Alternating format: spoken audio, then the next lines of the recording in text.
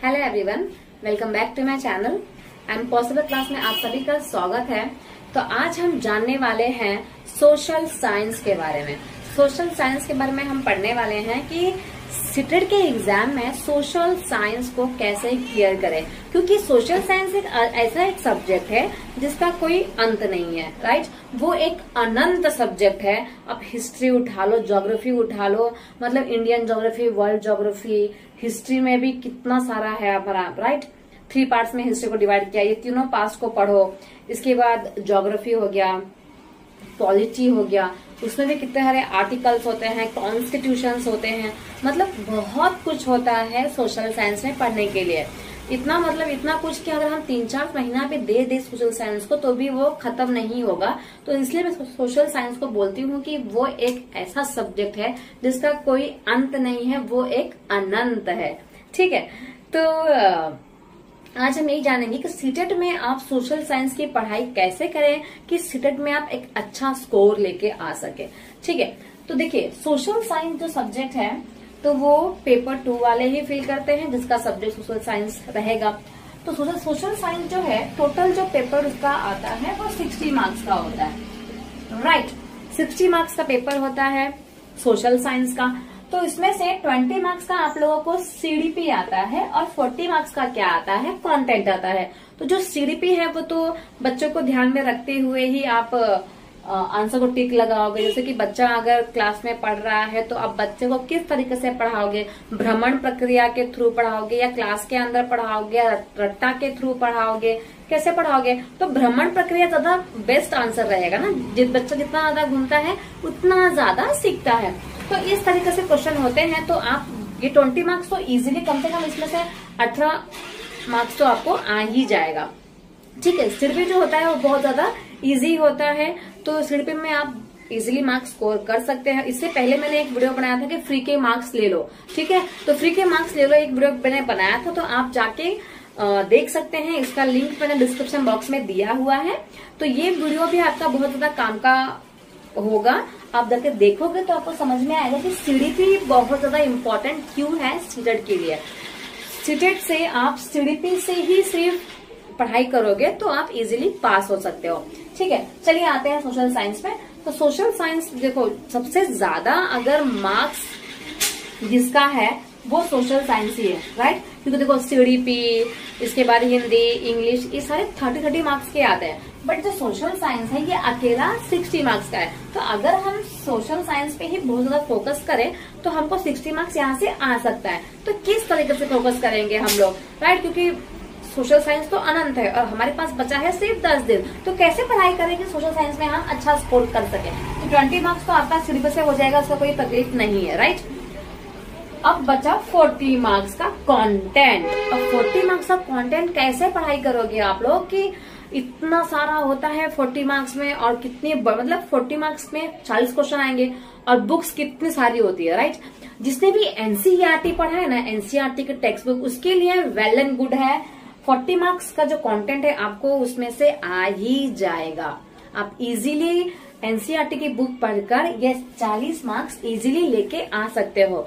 But जिसने नहीं पढ़ा है अब उसका क्या, राइट। जिसने पढ़ा है एनसीईआरटी की बुक तो उसको तो भविष्य में एनसीईआरटी की बुक बहुत ज्यादा काम में आने वाली है। और जिसने नहीं पढ़ा है तो मैं आपको यही राय दूंगी कि आप पढ़ना स्टार्ट कर दो, क्योंकि बहुत सारे एग्जाम्स आ रहे हैं। सीटेट का एग्जाम है, केवीएस का एग्जाम है, और भी बहुत सारे यूपीटेट, एमपीटेट आने वाले हैं एग्जाम्स।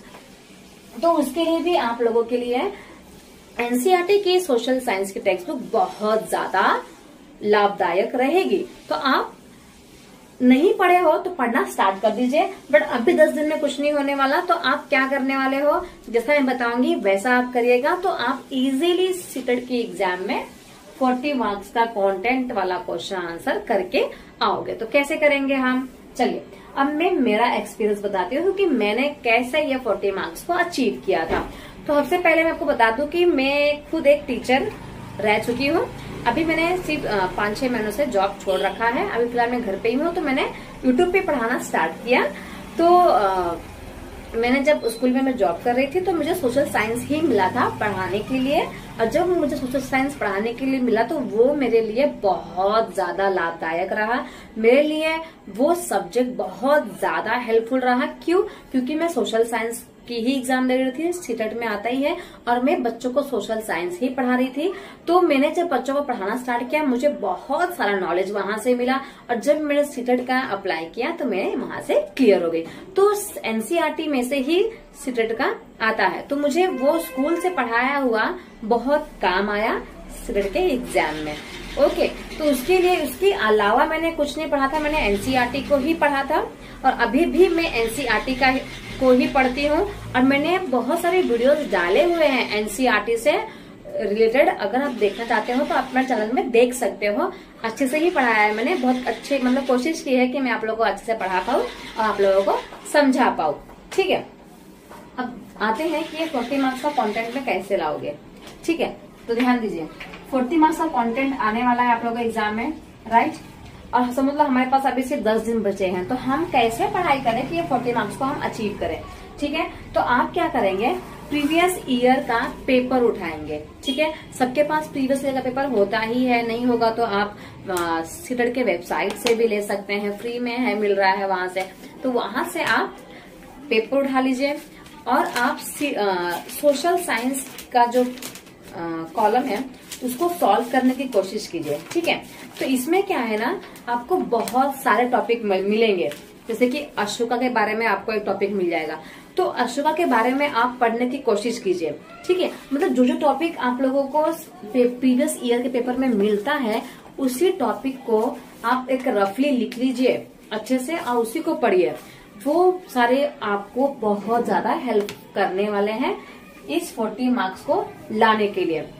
मैंने खुद ने भी क्या किया था कि प्रीवियस ईयर के पेपर को ही क्या किया था, बहुत ज्यादा अपना एक दोस्त बना ली था। मैं जब भी मुझे मतलब पूरे टाइम में क्या करती थी कि सीटेट के प्रीवियस ईयर के पेपर को ही सॉल्व किया करती थी। ठीक है, और जो भी न्यू टॉपिक आता था मैं तुरंत ही उसको सर्च करती थी और तुरंत पूरा रफली लिख लेती थी और उसी को याद करती थी। तो आप भी ऐसा ही करें। इसमें देखिए बौद्ध धर्म के बारे में आया हुआ है, अशोका के बारे में आया हुआ है, इसके बाद ऐसे डिफरेंट टॉपिक्स के बारे में आया हुआ है। तो आप क्या करें, टॉपिक को लिख लीजिए और उस टॉपिक को फिर क्या करें, अच्छे से इंफॉर्मेशन उसके बारे में निकालें और उसको फिर लर्न करें। ठीक है, तो इस तरीके से भी आप क्या कर सकते हैं, इस 40 मार्क्स को अचीव कर सकते हो एग्जाम में।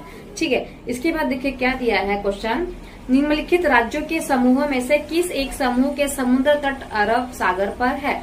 तो आपको मैप को भी बहुत अच्छे से पढ़ना है क्योंकि एग्जाम में मैप 1-2 मार्क्स का तो आ ही जाता है। ठीक है, तो बोल रहा है कि अरब सागर में समुद्र तट पे कौन से स्टेट्स आते हैं, कौन से राज्य आते हैं। तो जब आपको पता होगा तभी आप कर पाओगे, राइट। तो ये सारे स्टेट्स को आपको याद करना पड़ेगा। अब इससे आपको समझ में आ गया कि एक क्वेश्चन मैप से रिगार्डिंग आता ही है, तो आप सारे मैप को उठा लीजिए और अच्छे से सारे स्टेट को याद कर लीजिए, कौन सा स्टेट कहाँ पर है, कौन सा स्टेट कहाँ पर है, राइट। तो इस तरीके से आप क्या कर सकते हो, दिमाग लगा के ये 40 मार्क्स को लाने की कोशिश कर सकते हो। ठीक है, अब देखो नेक्स्ट क्वेश्चन मैं आपको बताती हूँ। निम्नलिखित में से क्या पेट्रोलियम से प्राप्त नहीं होता है। ठीक है, पेट्रोलियम से प्राप्त नहीं होता है, तो इससे भी आपको क्या पढ़ना पड़ेगा, जीवाश्म के बारे में पढ़ना पड़ेगा, फॉसिल ऑयल के बारे में, फॉसिल ऑयल है ना, फॉसिल फ्यूल के बारे में पढ़ना पड़ेगा, राइट। तो इसका आंसर क्या आएगा, कोयला। ग्रीस दिया है, कोयला दिया है, डीजल दिया है, मोम दिया है, तो आंसर क्या आएगा, कोयला जो है वो पेट्रोलियम से प्राप्त नहीं होता है। तो आपको समझ में आ गया। तो जो भी हमारे नेचुरल मिनरल्स है, मिनरल्स के बारे में आपको इसमें पढ़ना पड़ेगा, राइट। तो इस तरीके से जब क्वेश्चन पढ़ोगे ना तो आपको समझ में आ जाएगा कि आपको कौन से टॉपिक्स पढ़ने हैं। तो इस तरीके से भी आप 10 दिन में सोशल साइंस की तैयारी कर सकते हैं। ओके, इसके बाद जो नेक्स्ट क्वेश्चन मैं आपको बताती हूँ। आमतौर पर यह माना जाता है कि रात में जागने वाले जानवर हर चीज को किस रंग में देखते हैं, वो रंग है, अब ये बता दीजिए आप लोग। तो ये क्वेश्चन भी किससे रिलेटेड है, देखो कोई क्वेश्चन ऐसे होते हैं जहाँ पे आपको कॉमन सेंस लगाना पड़ता है, क्योंकि ये जो क्वेश्चन है वो एसएस से रिलेटेड नहीं लग रहा है, राइट। बट जो भी जानवर रात को जागते हैं ना, तो उनको सब कुछ ब्लैक एंड व्हाइट दिखाई देता है, तो उसका आंसर क्या आएगा, काला और सफेद। ठीक है, मैप को आप लोग बहुत अच्छे से कर लो। देखो एक क्वेश्चन क्या है यहाँ पे, निम्नलिखित में से क्या पर्यावरण अध्ययन में आकलन के लिए संकेतक नहीं होना चाहिए। याद करना, प्रश्न पूछना, न्याय और समानता के प्रति सरोकार या सहभागिता। तो देखो क्या नहीं होना चाहिए, ये जो नहीं वाला होता है ना, उसको बहुत ध्यान से पढ़ो और बहुत ध्यान से इसका उत्तर भी दो। तो क्या नहीं होना चाहिए, तो प्रश्न पूछना एक अच्छा कॉन्सेप्ट है, राइट। समानता के प्रति सरोकार, ये भी समानता क्लास में होना चाहिए, ये भी एक अच्छा आंसर है। सहभागिता, बच्चों का इन्वॉल्वमेंट होना चाहिए, ये भी एक अच्छा आंसर है। तो थोड़ा सा रॉन्ग आंसर क्या लग रहा है, याद करना। हम किसी बच्चे को रट्टा नहीं मरवा सकते हैं, फोर्सफुली याद नहीं करवा सकते हैं। तो इस तरीके से आप आंसर दे सकते हैं। इस तरीके से आप पहले पढ़ो अपने मन में क्वेश्चन को और देखो कौन सा आंसर सही लग रहा है, कौन सा आंसर गलत लग रहा है, उसके अकॉर्डिंग आप क्या करें, फाइनल टिक करें। ओके, चलो नेक्स्ट देखते हैं, नेक्स्ट पेपर।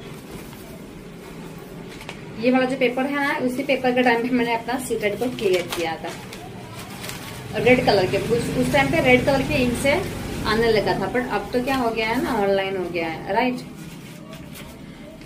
जब मैंने सीटेट क्लियर किया था ना, तो सबसे बड़ा दिक्कत पता है मुझे क्या आया था, कि मेरे टाइम पे ये जो दिख रहा है आप लोगों को, ऑप्शन में मतलब ABCD दिया होता था ऑप्शन, और उसके नीचे लिखा था A और B सही है, A सही है, ABC तीनों सही है, या एक भी सही नहीं है।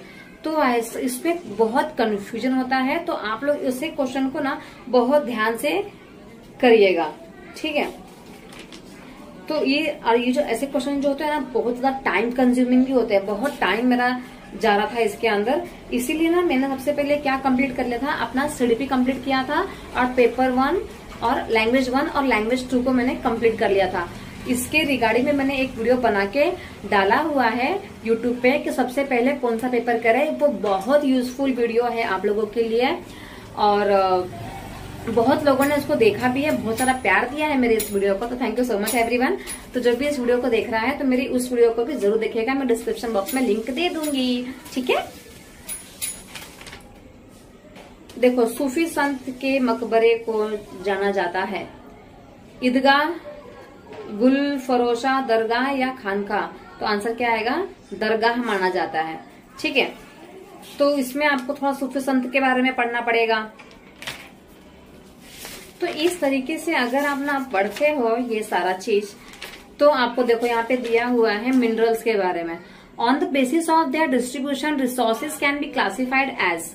रिसोर्सेज के बारे में पढ़ना पड़ेगा आपको, नेचुरल मिनरल्स के बारे में पढ़ना पड़ेगा, ठीक है। तो इस तरीके से जब आप प्रीवियस ईयर के क्वेश्चन पेपर पढ़ते हो, तो आपको टॉपिक वहीं से मिल जाएंगे कि आपको क्या पढ़ना है।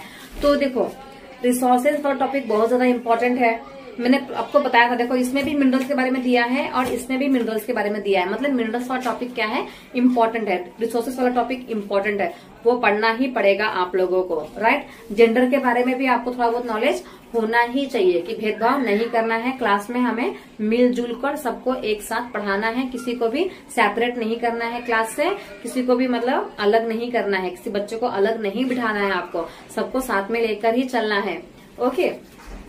तो इस तरीके से भी आप 40 मार्क्स का कंटेंट जो आएगा सोशल साइंस में आप कर सकते हो प्रीवियस ईयर के क्वेश्चन पेपर के अकॉर्डिंग, ठीक है। तो देखो, मैं क्या बोल रही हूँ यहाँ पे कि 40 मार्क्स आपका पेपर के हिसाब से आ जाएगा। तो 10 दिन में आप क्या करें, सिर्फ टॉपिक लो और उस टॉपिक का इन्फॉर्मेशन निकालो और उसको लिख लो और उसी को लर्न करो। और जिसको नहीं समझ में आ रहा है, तो मैंने NCERT का एक्सप्लेनेशन डाला हुआ है मेरे चैनल पे, और मैंने बहुत सारे शॉर्ट्स वीडियो भी बना के डाले हुए हैं। वो भी शॉर्ट्स वीडियो कौन से हैं, मेरे नोट्स के हैं, जो नोट्स मैंने अपने सीटेट के टाइम पे बनाए हुए थे, उसी नोट्स का मैंने वीडियो बनाया है, शॉर्ट वीडियो बनाया है और डाला हुआ है मेरे चैनल पे। तो अगर आप वो भी देखते हो ना, तो काफी यूजफुल आपके लिए हो जाएगा, क्योंकि मैंने अपने नोट्स को ही क्या किया है, शॉर्ट वीडियो बना के डाला हुआ है।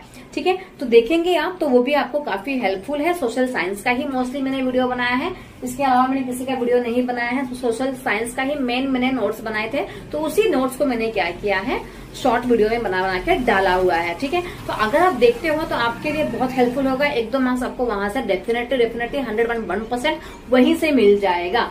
तो इतना ज्यादा घबराने की जरूरत नहीं है, बहुत आसान है स्टडी क्लियर करना। ओके, आराम से चिल होके पढ़ाई कीजिए, थोड़ा ध्यान दीजिए। बस जो भी पढ़ रहे हो अच्छे से पढ़ो, 101% से पढ़ो, दिमाग खुला रख के पढ़ो ताकि आपके दिमाग में रहे। ऐसा नहीं कि आज पढ़ा और कल भूल गए, तो ऐसा नहीं चलेगा। ओके, ध्यान से पढ़िए। तो आज के लिए इतना ही, मिलेंगे न्यू वीडियो में। तो जिसने चैनल को सब्सक्राइब नहीं किया है, चैनल को सब्सक्राइब करें और लाइक कमेंट शेयर जरूर कर दें। Thank you so much everyone.